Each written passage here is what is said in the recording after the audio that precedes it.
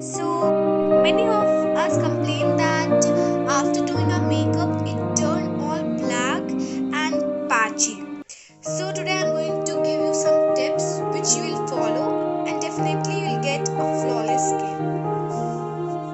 Hi guys, so firstly we should tone our skin before doing makeup. So this is Mulberry Glow Toner of Good Vibes which will hydrate your skin and prepare your skin for makeup. Now this is the Almond Skin Brightening Facial Oil of Good Vibes.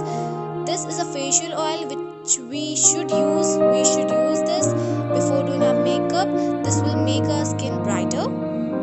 So then we should apply this moisturizers according to your skin, that your skin is oily or dry or whatever.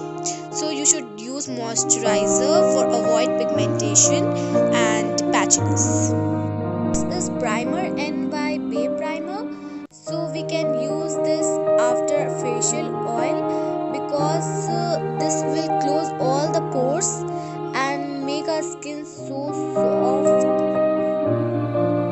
Now the third thing is this correctors. We should apply them where there is a black patch or pimple or dark spots.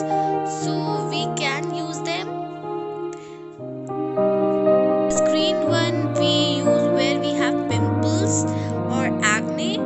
This will definitely make our skin even. This is orange corrector and we can apply where there are black spots. The next thing is this foundation. Apply foundation using wet blender. So this will make your skin natural and even also. Use your foundation according to your skin tone, and if your skin is oily then use 2 or 3 shades brighter than your skin tone, which will avoid pigmentation or dark or patchiness.